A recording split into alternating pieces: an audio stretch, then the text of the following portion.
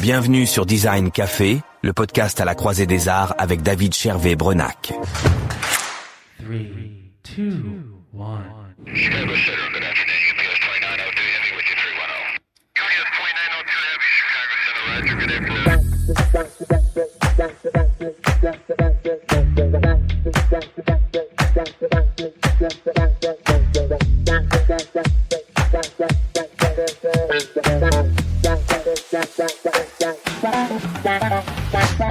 Bienvenue dans Capsule, le supplément court de Design Café. À intervalles réguliers, nous voyagerons avec une icône du design autour de son histoire.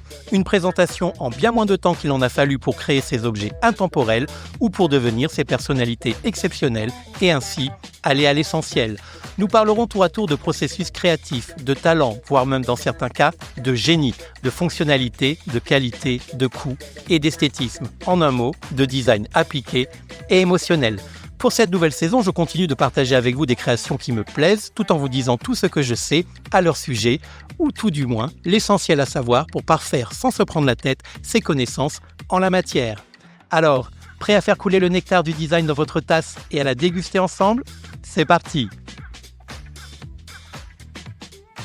6 ans que nous l'attendions, il est enfin là, le dieu du plan de travail de la cuisine, l'iPhone des cordons bleus. Plus beau, plus grand, plus fort, mais aussi plus cher. Il fait tout ce que faisaient ses prédécesseurs, mais en mieux et en encore plus stylé. Je parle évidemment du Thermomix de 2025, le TM7, avec un design entièrement repensé ou presque. Couleur all black, énorme écran de 11 pouces full tactile, double paroi pour ne pas se brûler, cuisson sans couvercle enfin disponible et sans rotation des lames pour les aliments délicats. Verrouillage par le bas avec un panier Varoma encore plus grand et évidemment l'inévitable intégration de l'IA. Bref, des tas de nouvelles raisons pour remplacer l'ancien, même si on n'a pas vraiment besoin de le changer.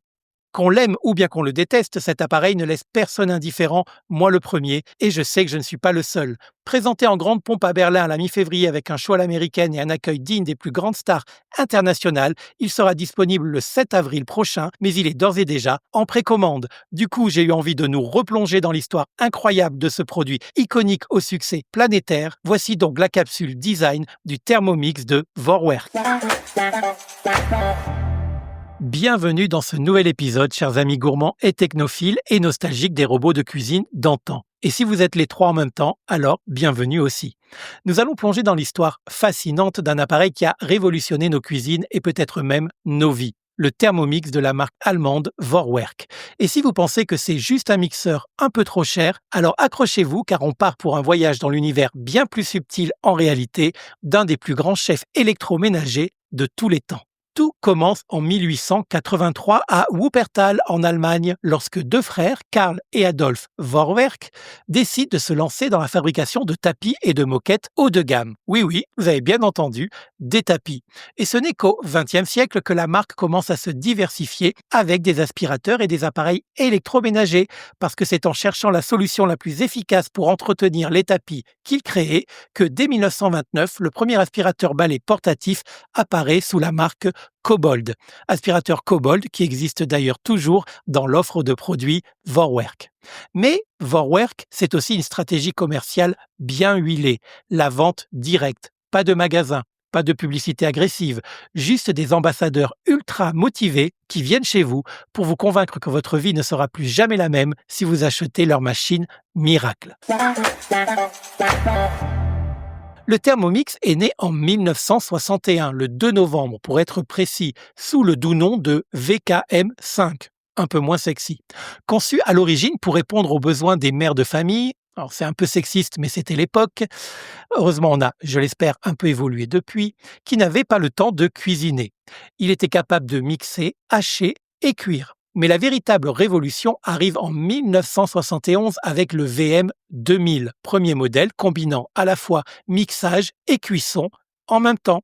Le designer Pierre Verdun est à l'origine de ce concept qui deviendra une référence incontournable en matière de cuisine automatisée. Et figurez-vous que Thermomix est principalement encore aujourd'hui fabriqué en France dans l'usine Semco à Croÿ-sur-le-Loir, en Eure-et-Loir, entre Chartres et Orléans, à plus de 180 000 exemplaires par an, soit 85% de tous les robots Thermomix vendus dans le monde. Le reste étant produit là où il est né, à Wuppertal, en Allemagne.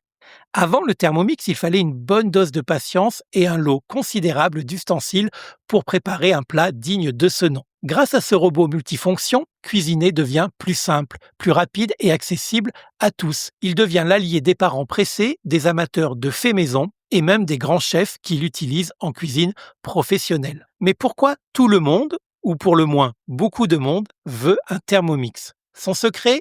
Il remplace une dizaine d'appareils à lui tout seul. Il est ultra performant et, soyons honnêtes, il donne l'impression qu'on est un vrai chef même si on ne sait pas cuire des pâtes. Sans oublier la communauté hyperactive qui partage recettes et astuces sur les réseaux sociaux. Mais tout n'est pas rose. Certains crient à l'arnaque. Pourquoi payer plus de 1 500 € pour une machine qui ne sait même pas faire le café? D'autres pointent du doigt son prix élevé, son bruit d'avion au décollage ou encore son poids digne d'un haltérophile. Malgré les critiques, le Thermomix s'arrache comme des petits pains. Chaque nouveau modèle crée une vague de folie, pour ne pas dire d'hystérie, et de files d'attente dignes de la sortie d'un nouvel iPhone. Mais pourquoi un tel engouement? Parce que Vorwerk a réussi à en faire un objet de désir, exclusif et incontournable. Et la presse spécialisée est aussi de cet avis, puisque le Thermomix TM6, par exemple, a été désigné meilleur produit de sa catégorie en 2019 par Les Numériques, et il a été nommé meilleur choix par l'UFC Que Choisir, toujours en 2019, avec la note de 15,3 sur 20, ce qui est très bien pour ce magazine.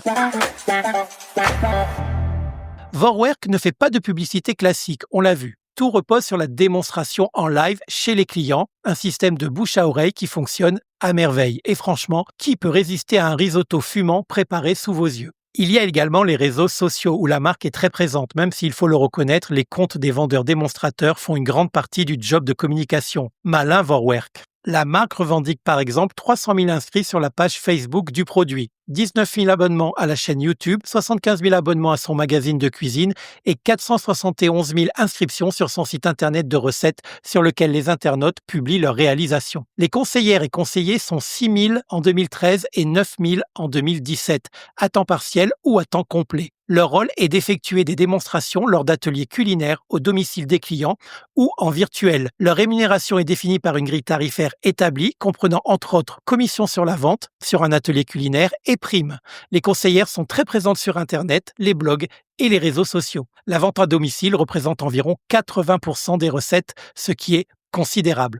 Dans de nombreux cas, les vendeurs sont fédérés au sein d'une entreprise de distribution qui ne porte pas forcément le nom de la marque, mais qui diffuse ses produits et ses services, comme chez nous à La Réunion, où c'est la SAS Starmix, basée à Sainte-Clotilde, qui en a l'exclusivité, avec également une antenne à Saint-Pierre. Mais il y a quand même quelques magasins en nom propre. En 2009, Vorwerk ouvre un premier magasin en Allemagne. En 2017, il y a 50 magasins en Allemagne et 3 en Autriche.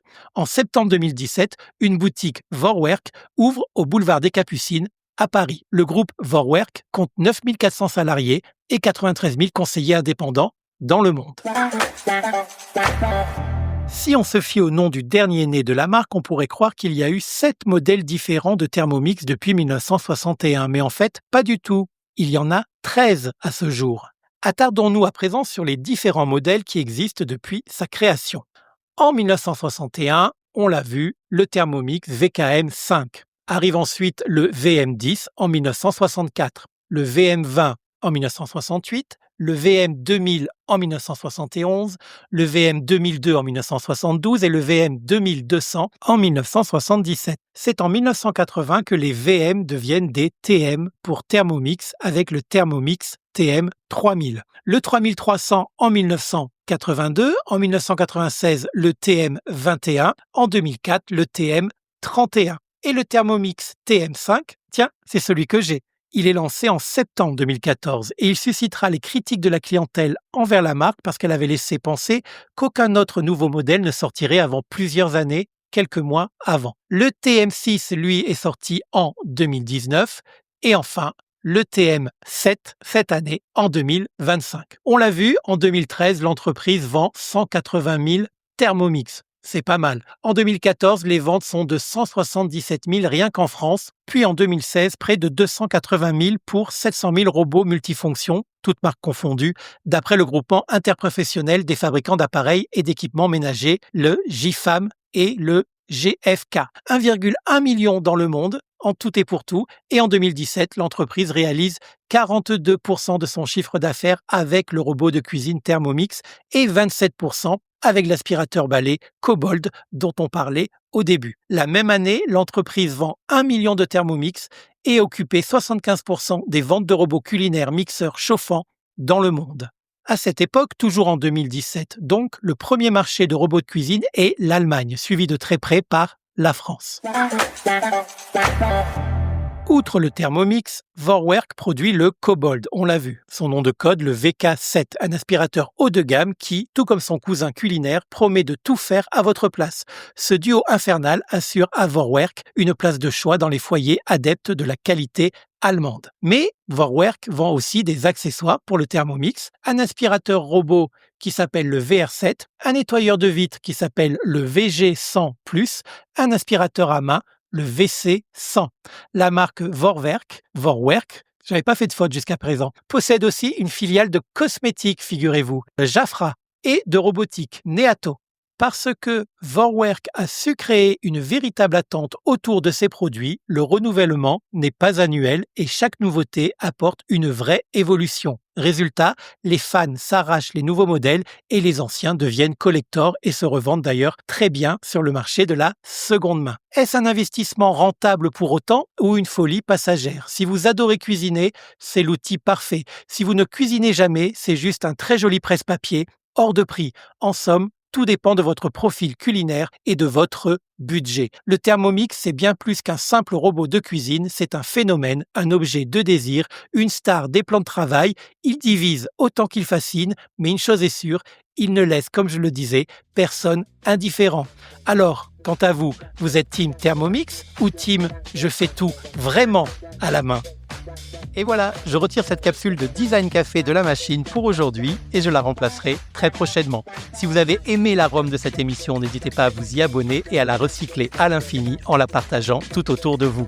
Je vous invite également à la noter et à la commenter sur votre plateforme d'écoute préférée. Je le dis à chaque fois, mais c'est vrai, ça m'aide beaucoup tout en me faisant très plaisir.